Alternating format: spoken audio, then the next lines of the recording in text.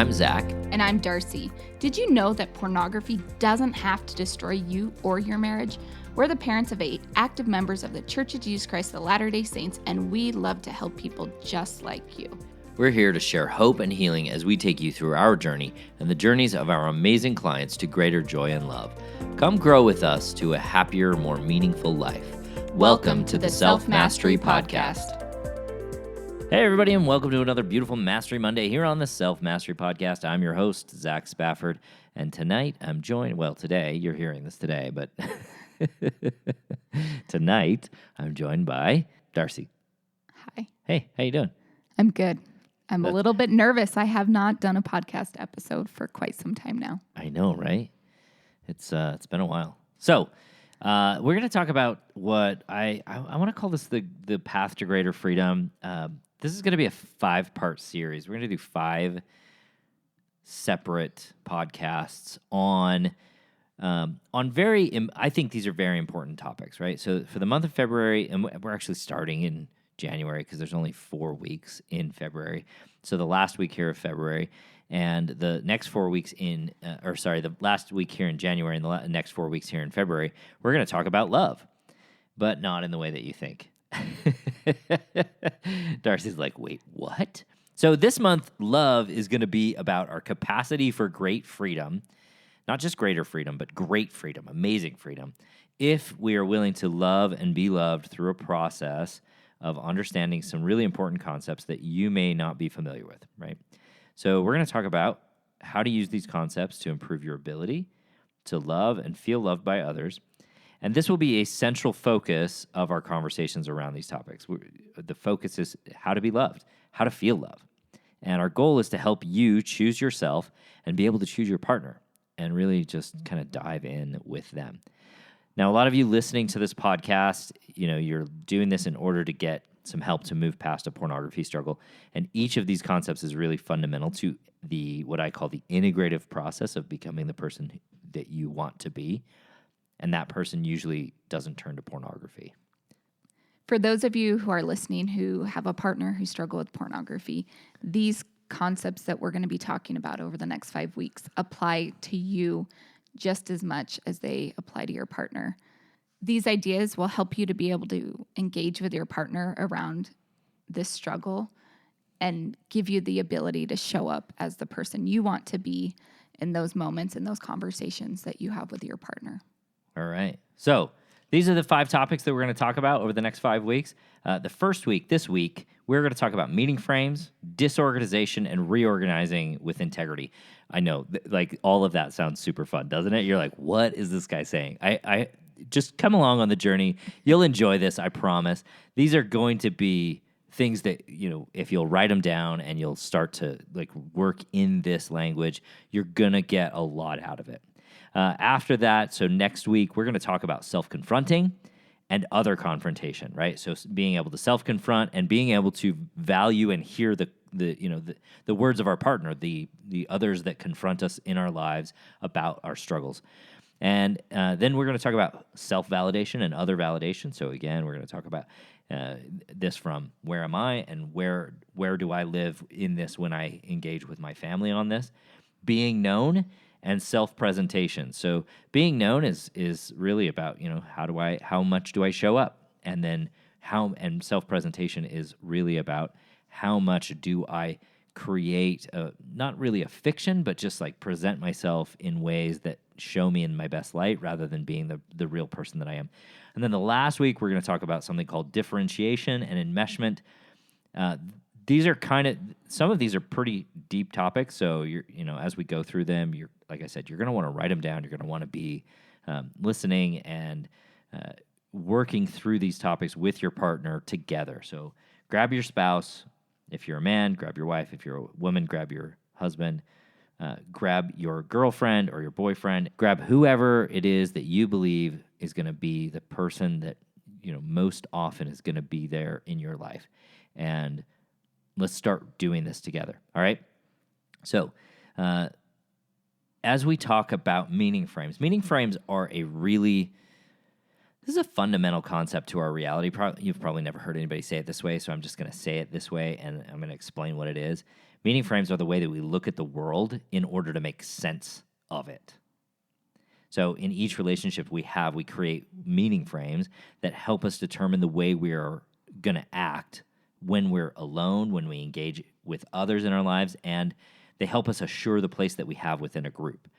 So many of our meaning frames are built into our theology, so as members of the Church of Jesus Christ of Latter-day Saints, and they are perpetuated by our family of origin. So a lot of the meaning frames that I brought into my relationships with Darcy came from my parents and the family of origin that I came from, and same with her. And for instance, in my house when I was growing up, my meaning frames have referenced the Church of Jesus Christ of Latter-day Saints, and the meaning frames that came from that have given me a way to interpret the realities of life in ways that really they serve me and my family, and they help me make sense of the life I lead. And for Darcy, when she was growing up, her life was centered around a Catholic faith and the meaning frames that came from being Catholic, right? And all of the structure that came from being, traditionally Italian, even though, who was it that came over? Like the last, Nonna and Papi came over like 100 years ago, it seems like. So all of that came, from her family of origin, and that gave different meaning frames to the things that she brought into our relationship, right? And we all have meaning frames that we bring into our relationships that help us manage our lives through specific lenses that provide meaning and value. That's really what you kind of have to take from meaning frames. And, in most LDS homes, pornography viewing is seen through a very specific meaning frame of it always being destructive. It's both personally and professionally destructive, and theologically, it is way outside the bounds of anything we should be participating in. This basically makes pornography an always off-limits type of behavior. Those who engage in it then find themselves really deeply ashamed of their actions. Whether you're a parent of a teenager who's struggling with pornography or the wife of someone who's struggling with pornography, you also feel a lot of shame around this issue. And, when our kids struggle with pornography, sometimes we feel like maybe I'm not doing enough. Maybe if I didn't let him have an electronic at such a young age, this wouldn't be a struggle. Or if it's your husband, you might have things like, I feel like I'm not good enough. If he turns to pornography for self-soothing or entertainment or just to escape his emotions, then the meaning that I sometimes make that mean is that I'm not enough. Yeah, right. And this is I think it's really important to recognize that either way, whether it's, from the spouse or from the individual who's viewing pornography, the meaning frames that we bring into our relationships are the lens that we use to help us see the behaviors and realities of our lives. So each meaning frame that we have does at least one thing for us. It gives us a way to see what the world looks like on a given topic.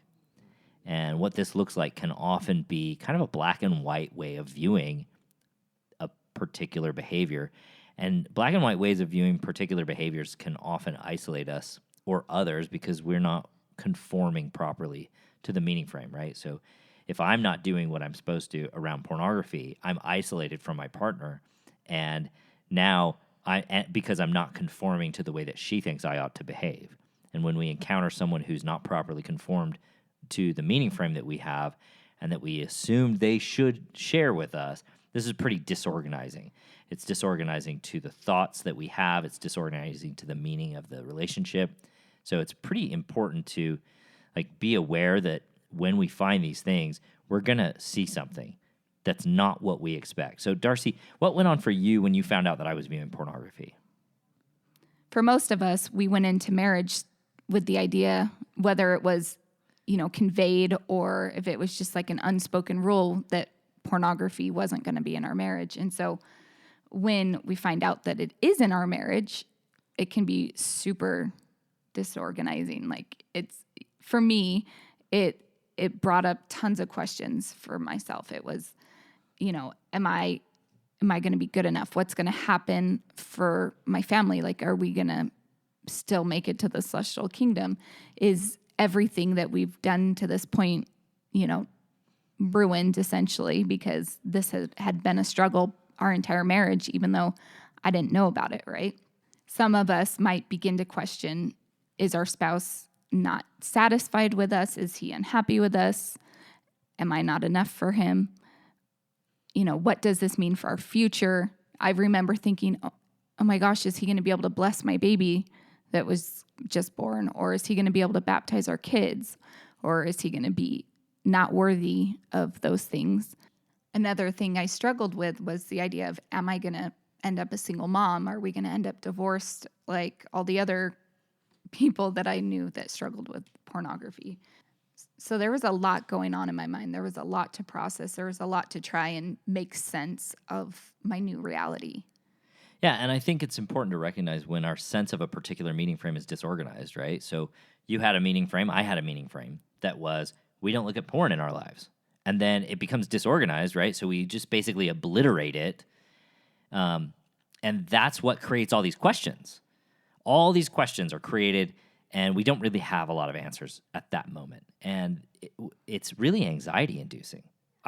All of those questions, they come from a place of anxiety. What does the future look like? And as a result, this can raise a lot of conflict in the home, especially between partners, but even internally, right? So you had your own internal conflicts. I had my own internal conflicts. Our anxiety was high. I was thrust into a position where I'm like, okay, I got to do all the other things right because I don't have the skills to do this one right.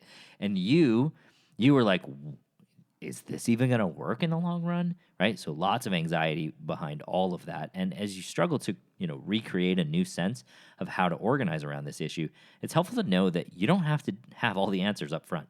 And it's also helpful to know that, Darcy and I, we are specialized in helping guide you through this process. We, in our membership, there are 4 Wednesdays each month that we help people navigate these questions, and we help them reorganize with integrity around what they want for themselves and their marriages.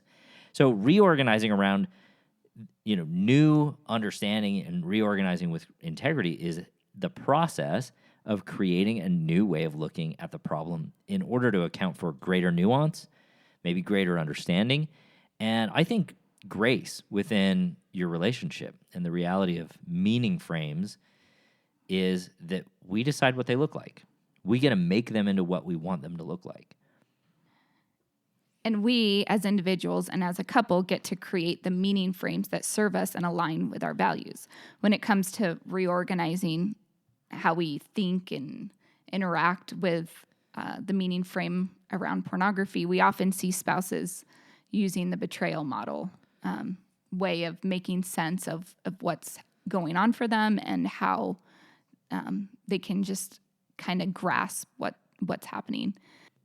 Oftentimes, the betrayal trauma model is putting ourselves in a place of perpetual state of victimhood, that we are constantly the victim of our spouse's actions.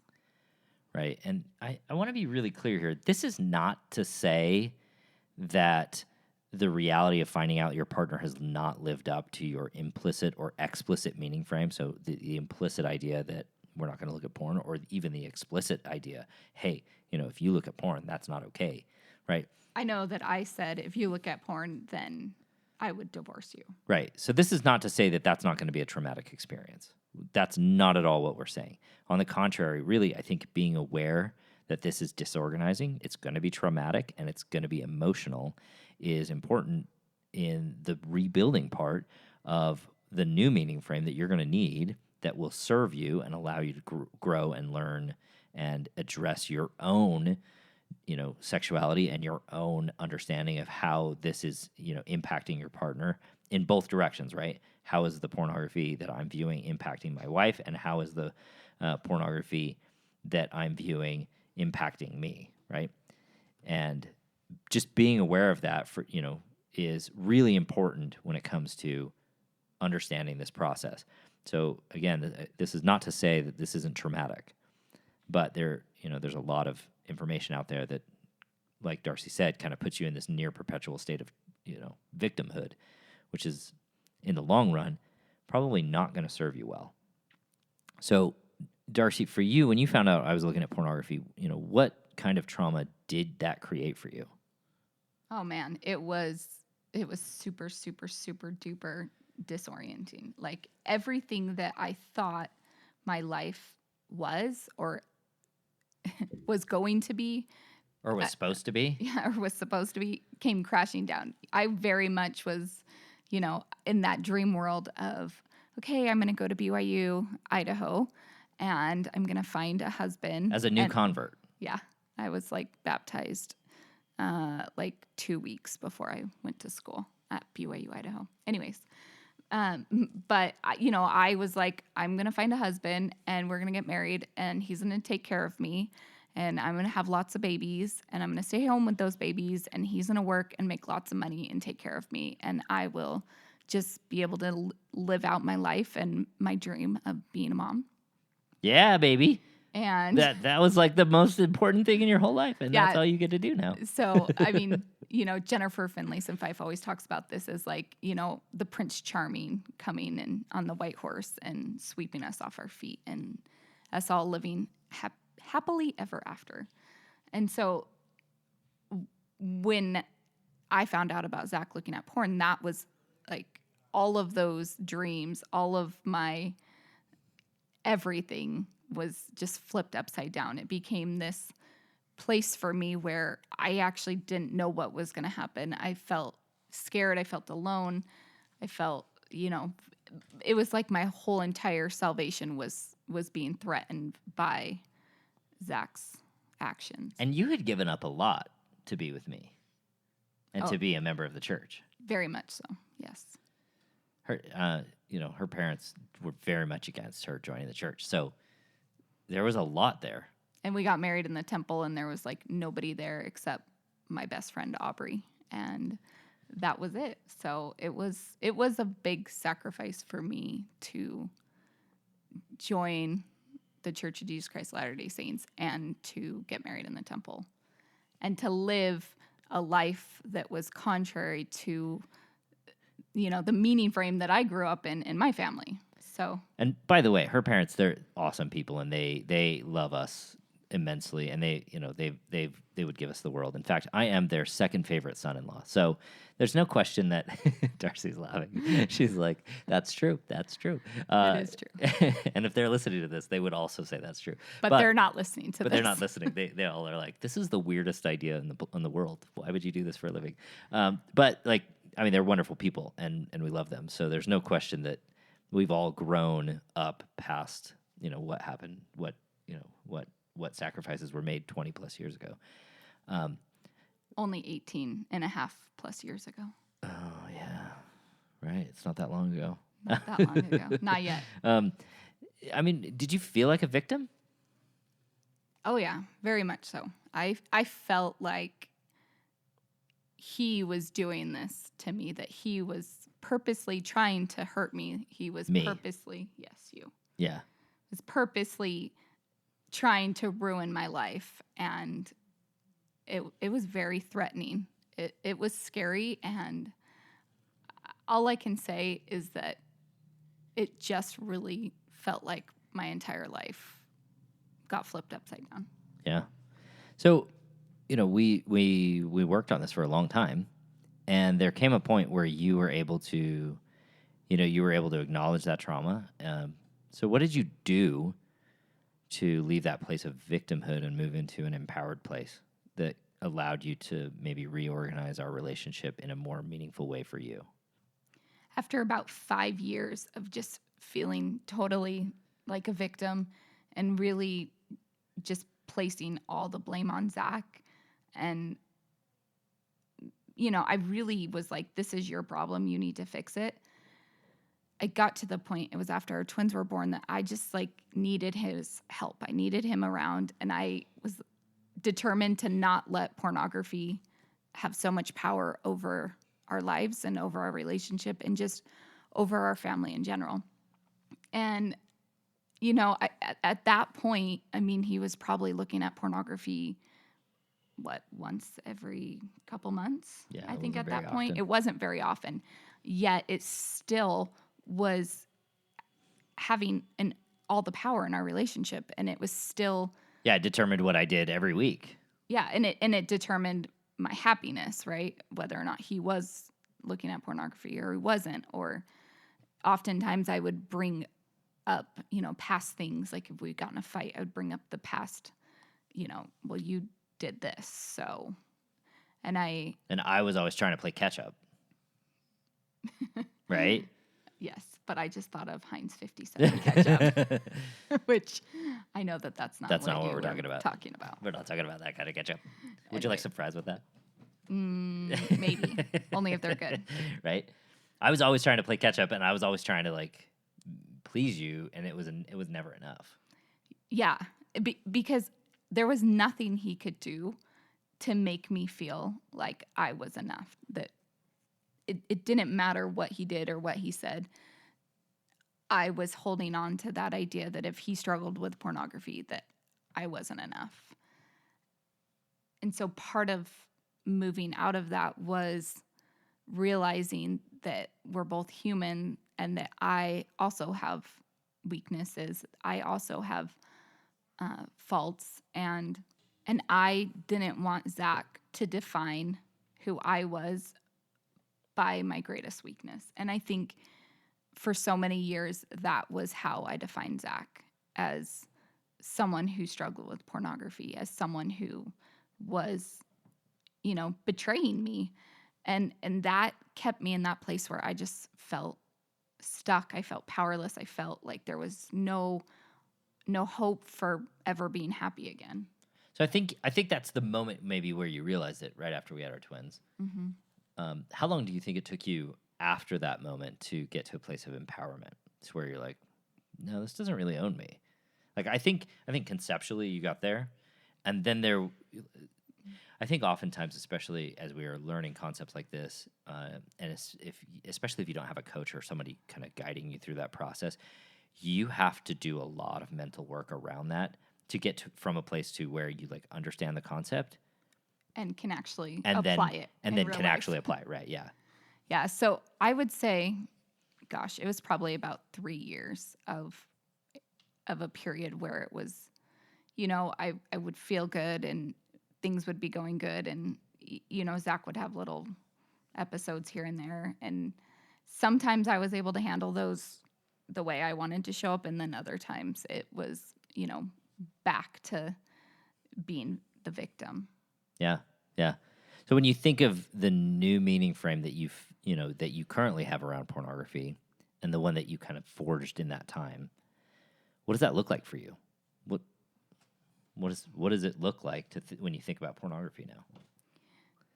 So for me now, when I think about pornography, I really do think about it as just something he struggles with. I don't think of pornography as something that people, everybody that struggles with it, that they're, trying to be defiant, that they're trying to sin, right? That they're actively looking for ways to separate themselves from our Heavenly Father. Yeah, and I think that's a good way to think about it. As I struggled with it in the past, it was this really heavy weight around us. It was this really just. It was the problem in our relationship. 99% of our life was great, and then there was this thing, and it took up 90% of our frustration and struggle and, all of the... And our time and our energy. Yeah. And our mental... Yeah. Our mental space, I guess you would say. Now, if Zach were to come up and say, hey, I looked at pornography, I would be more in a place of, wow, he must really be in a bad place, right? Because I know that that's not who he wants to be. I know that that's not living up to his values. I know that that's just not who he is, right? He's a great, amazing guy. And if he was turning to pornography, it would mean that he's actually hurting inside, that he is not in a good place. Yeah. Yeah, that would be true. For me, the meaning frame that I bring to pornography is a different one than I would have ever thought was even possible, right? Which is this idea that I don't know of anyone. I work with hundreds of men. I don't know anybody who does this because they're like, you know what I want to do? I want to tick off my wife. I want to make her mad. I want to make her feel terrible. And I am going to do this on purpose every day for hours on end because it's going to be the way to destroy my wife's happiness. I don't think of that at all. The way that I think about it is I have met hundreds, maybe thousands of men and women who are struggling with something that helps them feel good in a very acute moment, like just right now, that doesn't help them feel good in the long run. And that, for me, means this is just, in a lot of ways, it's a lot like overeating. It's a lot like over shopping. It's a lot like, playing excessive video games or, any of those things that we know aren't going to make us happy in the long run, but that help us just get past a moment of acute pain, of that deep emotional struggle. And that means to me that this isn't a forever problem. It's a problem of figuring out the process. It's a problem of figuring out how to deal with my emotions up front so that I can actually live the happy life that I want. And that to me is a big difference. And I think everyone needs to look at this for themselves. Yeah, I know for me, I very much was like, yeah, this is not right? This is immoral. This is unacceptable. And that would give me this, like, I was like the one-upper, right? I was like, I was better than him because the way I sin isn't as bad as the way he sins, right? There's not a scripture out there that, like, necessarily describes the way I sin, right? Yeah. And is that Well, right? yeah, I think that's like, fair. I don't know how to explain it, but No, it's like this idea of like, well, your sin is porn, and we know that's bad. And everyone, like, you could describe this scenario to anyone, and they'd be like, "Yep, he's bad." Whereas, well, my sin is I'm not, living in a Christ-like way, or I'm not, or I'm, eating excessively, or whatever it is, and people would be like, or "Oh, I'm honey, super what's going on for judgmental. you?" Right? Or I'm super judgmental. Right? And there are scriptures that I think talk about those, but I think oftentimes we kind of let those go by the wayside because they're not as bad. Yeah, and part of getting out of that stuck victimhood was taking the morality out of it, because knowing that it was bad and that it was wrong wasn't helping us move forward. It wasn't helping us get to the place we wanted to be in our relationship. It wasn't helping me get to a place where I felt empowered and where I felt confident in our ability to overcome this struggle. And I think for Zach, when I was in that one-up position, and I, essentially, I felt like I had all the power over Zach, right? Because he felt like he was indebted to me always. Yeah. And so it kept him in a place where he also felt stuck. He felt judged. He felt just kind of crappy. Yeah, all the Right. time. Yeah. And I think that's important to recognize is that, the meaning frames that we bring, they are either helping us grow or they're holding us back. I don't think there's a middle ground. So when you think about, okay, well, what's the story with pornography in my head, in my life? How do you want to show up? Is that story actually helping you show up the way you want? Or is it holding you back from being the person that you want to be? So, like, for me, the idea that this is a struggle that I know you'll help me with is one of those things that I see as a new meaning frame. To be real about this, I don't know that I've ever said this to you before. So all of the listeners in Radio Land are going to hear this right when you hear it, right? I'm But scared. I really struggled being honest with you around this issue because of the past ways that you would react to it, right? I was really afraid of disappointing you. How you would react would be sometimes really quite volatile. And, how those things, how your reaction would hurt me and how my own disappointment in myself because I had disappointed you would hurt me. And I didn't want to talk about porn because I was trying to protect myself. Doesn't make it right. That doesn't make my actions right. I'm just saying out loud that's what was going on for me. And I think that's what is going on for a lot of men. which, that might be an obvious statement. It's an obvious statement that I was trying to protect myself, because that's why we don't tell the truth, is because we want to protect ourselves. Oftentimes when I talk to women, they're like, it's disgusting. I hate this. I hate that he looks at pornography. The meaning behind even just hearing the word pornography creates disgust in them. And part of me being able to move forward was being able to see pornography just like I see scrolling mindlessly on social media, or going to the pantry at 3:00 when I need a little Snack pick me time. up, right? Right. And I know that it's different morally, but when you look at it from just the behavioralistic Perspective. perspective, that is what's going on. And so being able to get out of it as like, oh, that's disgusting, it means all this thing. It was more like, oh, this is something that he struggles with, just like I struggle with things. And when we got to a place where we can see that each of us had our own individual struggles, yet we were doing the same thing, it became a place where we could be more open and honest with each other and talk about begin it. to thrive, right? Yeah, and talk about it in ways that promote growth and promote learning and just moving forward versus staying stuck in that victimhood, betrayed. Yeah, space. Totally. So here's what you're going to want to do. You've listened to all of this. What you're going to want to do is go sit down with your partner and say, what is the meaning frame that we have around pornography? Or any, thing in your marriage that you want to work on. What is it that we believe? Let's get explicit about it. What is it that we believe around this? And be aware that I think, the first volley is almost certainly going to sound like, oh, that we should never look at porn and porn is never okay. Like, that might be the exact first volley that you give, because how many people have we talked to where they're like, yeah, we've talked about this and this is how we looked at it. And they come to find out, oh, one partner is still looking at porn, or is looking at porn unbeknownst to the first partner. And they have to change their meaning frame around it. So just kind of take a step back from that first, like, this is never okay, and start to reorganize. And recognize that the disorganization that might come from learning that your partner is looking at porn is going to be painful. It will feel traumatic. However, that doesn't mean that we have to, live there forever and wallow in it forever.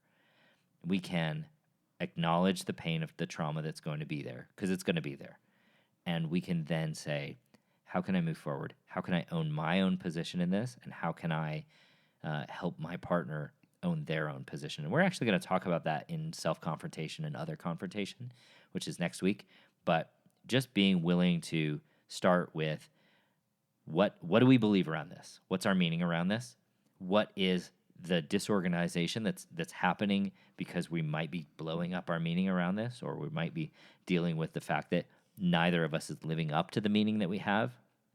And then how would we like to reorganize around this in a way that is most helpful, most likely to help us, live our values, right?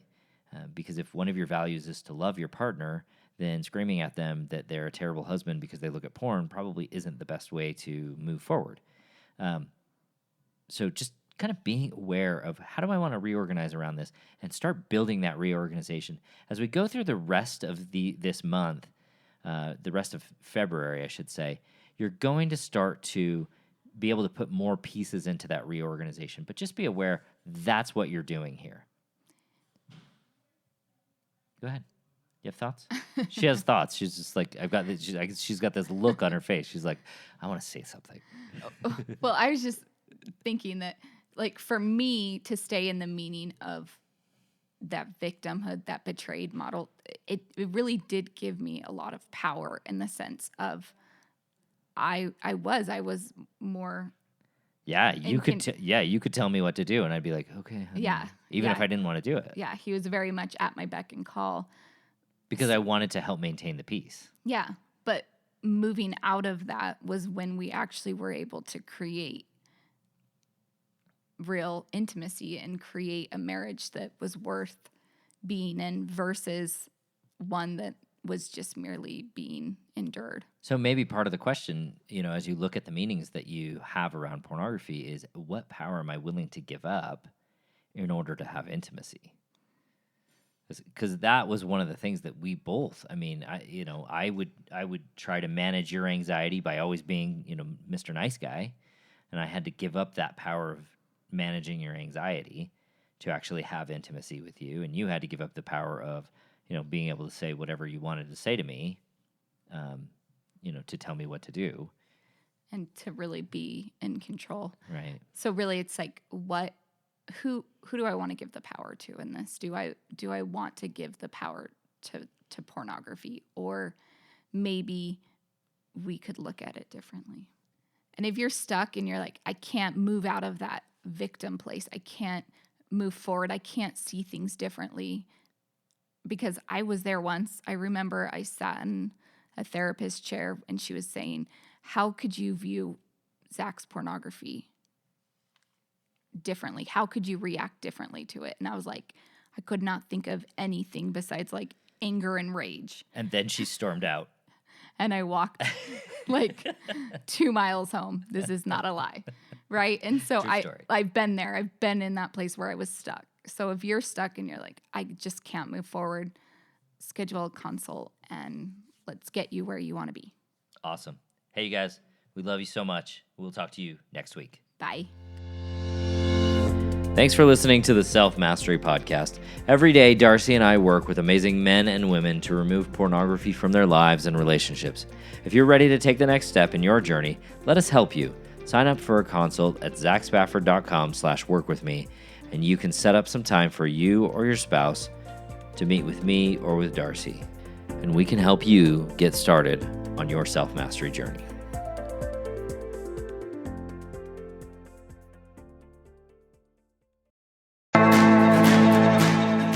Thanks for listening to Thrive Beyond Pornography. If you're seeking guidance and support to overcome pornography for good and begin creating a thriving life beyond it, check out my free webinar, How to Overcome Pornography with Skills That Actually Work. You'll learn practical, proven skills guided by an expert coach who has personally overcome pornography. Whether you're getting started for just yourself or along with your spouse, Darcy and I can teach you the tools that will help you put your life on the right path for you. Be sure to check out the show notes for a direct link, and if you could take a moment to leave a review wherever you listen to podcasts, it would mean the world to us. Your reviews play a significant role in helping others discover the show so they can join us on this transformative journey.